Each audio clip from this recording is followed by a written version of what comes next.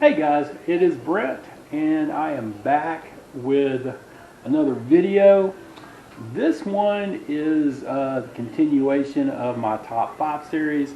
This one will entail my top 5 D&D 5th edition books and can't really call them modules because adventures. Okay, so my top 5 list, and again, this is my top 5 list, may not necessarily be your top 5 list, so that's why we live in this great country, so we can have our own opinions. So if you like what you see, hit that like button, hit the subscribe button. When I get to 50 subscribers, I will be giving a giveaway to one of the random 50. So yeah, the quicker we get there, the better. So without further ado, my top 5 5th edition books. Alrighty, so starting out at number 5 is Volo's Guide to Monsters. Volo's Guide to Monsters is so much more than a monster manual. It offers different character creations and such, as well as some lore. It's just a fantastic book to have in your collection. Number 4 is the Mythic Odysseys of Theros. This, I didn't even know if I wanted this book to begin with. It's from the Magic the Gathering series that D&D tried to link together, but I'm glad I did, because it does offer does remind you a lot of Greek mythology and stuff like that. So it is a really good book. So prove me wrong, I did like it. So I did include it in my top 5 list. Let's see, number 3, Explorer's Guide to Wildemount. This one is, if you know Roll20, Matt Mercer, this one is his creation. It's his world. He collaborated with Wizards, and they put this book together and put it out. Say what you will about Matt Mercer. His Critical Role, been a lot of controversy because he made $9 million last year. You know what? They're all actors. They're all getting paid. They have a production crew. They have people who work on the set and everything else. They deserve to get paid for what they do. What they do is entertainment, and people pay for the entertainment. So there you go. There's my 2 cents on that. And this Explorer's Guide to Wildemount, it's Matt's own world that he created. He's an outstanding DM. He has brought, I'm not going to say he's brought a lot of people to 5th edition D&D. So he has done wonders in that aspect. What I don't agree with is when you have people join up, oh, you don't do it like Matt Mercer. Of course I don't do it like Matt Mercer. I DM like me. And that's the way it should be. If you want a Critical Role DM, then you're probably going to have to go hire Matt and pay his fees to DM for you. So there you go. Number 2 is Tasha's Cauldron of Everything. I do like this book very well. I like what they did with the character the race enhancements and the character class enhancements that he did. I really like to play a rogue assassin. So what they did for that, I really do like. So yeah, Tasha's brings a lot to the game, and it made my number 2 on my list. Number 1 on my list is Xanathar's Guide to Everything. Man, what do you say about this book? This book really, this is a better DM's guide than the DM's guide. Man, it helps you with downtime, what to do during downtime. It has different magic items. It has treasure. It's a fantastic book, and you cannot go wrong with this book. You absolutely need this book into your collection. Besides the core books, this is the book that I would definitely recommend that you get. Is Xanathar's Guide to Everything. Outstanding book. So that is my top 5 book list. And again, I didn't do any core books. Core books are something that you have to have if you're going to play the edition or the game. So core books are a given. These are the top 5 editions, in my opinion, on my list that I would definitely add to your collection. So that being said, let's switch and do my top 5 5th edition adventures. And I looked through all of them. I've played almost all of them. I didn't include the starter boxes. There are several starter boxes for 5th edition.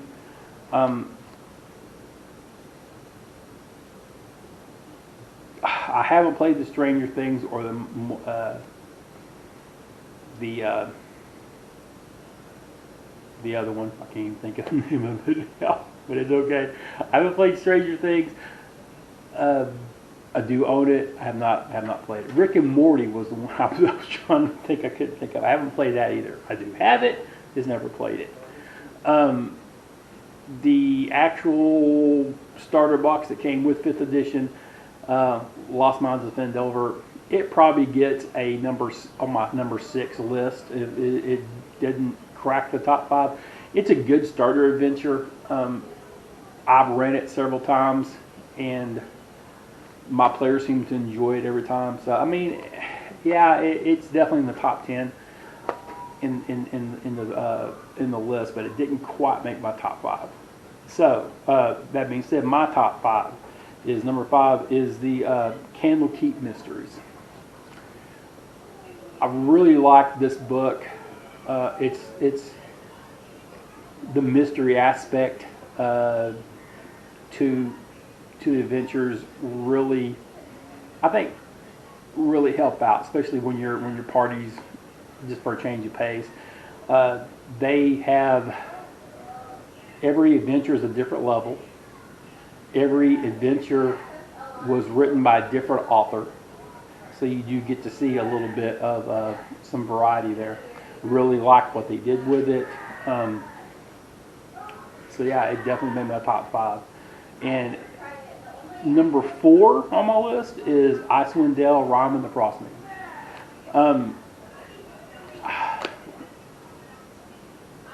Really like that region.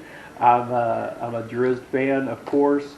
So when you start talking about that, the Spine of the World and that whole region up there, yeah, I'm a sucker for it. So yeah, it's going to make my top 5. I do like it. One thing that I didn't like about the book, it is very sandboxy, which is good, but and I'm not gonna go in depth on any of these adventures because I don't want to spoil it for anybody who hasn't played. But Rime the Frostmaiden, some of the chapters, you have to be at level X to be able to play on this chapter. No problem with that. Where I have a problem with it is some of the chapters is you can gain X level, but you can't go above this level. If you stay here to finish all of the side quests, once you get to this level, you just don't get any more and until you move to the next chapter. Well, you can do this chapter before you do this chapter, but if you do that, then you got to do this. So there's some definitely some flaws to it that I think they could have done better. But all in all, I do like the setting. I do like the adventure itself. It's a really good. My players really enjoyed it too. So number 4 Rhyme with the Frost Maiden. Number 3, Ghost of Saltmarsh. I do like this. This is the nautical setting. It's more sea type settings. They took a lot of the older editions adventures and put them into one book. They updated them for 5th edition and put them in the book, and you can play. You don't play it as a complete adventure. You can play them on one shots or drop them into the homebrew campaign that you've got going on. So it works out great there. Now I'll go ahead and tell you my number 2 because you're about to see a pattern here. Number 2 is Tales from the Yawning Portal. It's set up the same way. It's set up. They took adventures from previous editions, including D&D Next, which was the play test between 4th edition and 5th edition. And they took adventures from previous editions and compiled them into one book. Same thing. You drop them into your adventure, do them as one shots, whatever you need to do. They updated everything to 5th edition.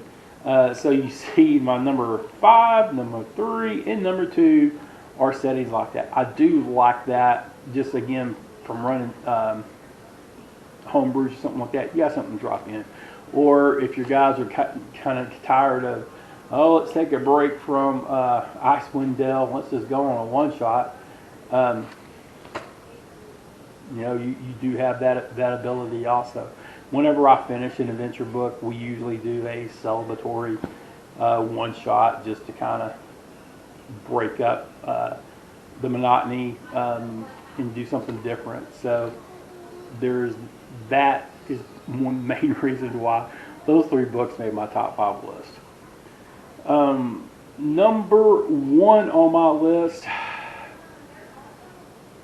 and I'm just a sucker for the setting. Just like Rob was telling me in my 1st edition modules, if he didn't see I6 Ravenloft as my number 1, he was going to call me out. So it's going to come as no surprise to anybody. My number 1 adventure for 5th edition is Curse of Strahd. It is number 1 because it is the best adventure that 5th edition has put out. How can you go wrong with Barovia? How can you go wrong with the Ravenloft story? It is just that good. So Rob, calm down. You don't have to call me out on this one either. It's just a fantastic adventure. I did get it. My players did get a TPK in that because they went to see Strahd way before they should have, but that's on them. So it is what it is. But yeah, Curse of Strahd is definitely number 1. That's the number. My top 5 again is number 5, Kelm Keep Mysteries. Number 4, Icewind Dale. Number 3, Ghost of Saltmarsh. Number 2, Tales from the Yawning Portal. And number 1, Curse of Strahd. So there you have it. That is my top 5 adventures from 5th edition, as well as my top 5 books for 5th edition D&D. What is next is probably another. I've had some people give me some ideas. More top 5 lists. The OSRs, man, that's just going to take me a while because I have so much trouble trying to sort out which ones. I'm like, okay, this one goes here. Wait, no. But this one is equal. I'm having a hard time. The differentiate between which one's better than the other to get a top 5. I may just do honorable mentions on all of them and have them all number 1. I don't know. Somebody suggested that I do a top 5 sci-fi RPGs. That one would be pretty good because I'm definitely a sci-fi fan, so I'll definitely be looking at doing something like that. One thing when I was doing the 4th edition modules in book set was that I really liked playing 4th edition. I really did enjoy the setting. Again, if Wizards had just have relabeled that, marketed it a little bit different, it would have been so much more better received than it had, and shouldn't have caught all the grief that it did. But going through that, I'm like, man, that was a great setting. Wish I could play it again. I haven't played 4th edition in years. And another guy's like, well, you should video you playing a 4th edition game, which I had thought about doing because the red box, then the Essentials starter box had a solo adventure to help you create your character. So I was going to do that, and then the guy was like, hey, you should do a video. So I may just incorporate the two and do that. So there's a few ideas I got floating around for videos. Hey, if you got an idea for a video for me to do, definitely put it in the comments. Let me know what you think. Definitely, you know, I do these videos, but I do them for you. Let's all enjoy them, and let's get some subjects out there that we definitely would like to see. So, again, if you like what you see, hit the like button, subscribe. Once I get to 50 subscribers, I'm going to do a giveaway. So definitely, let's get those numbers up there and get this rolling. So, until next time, game on.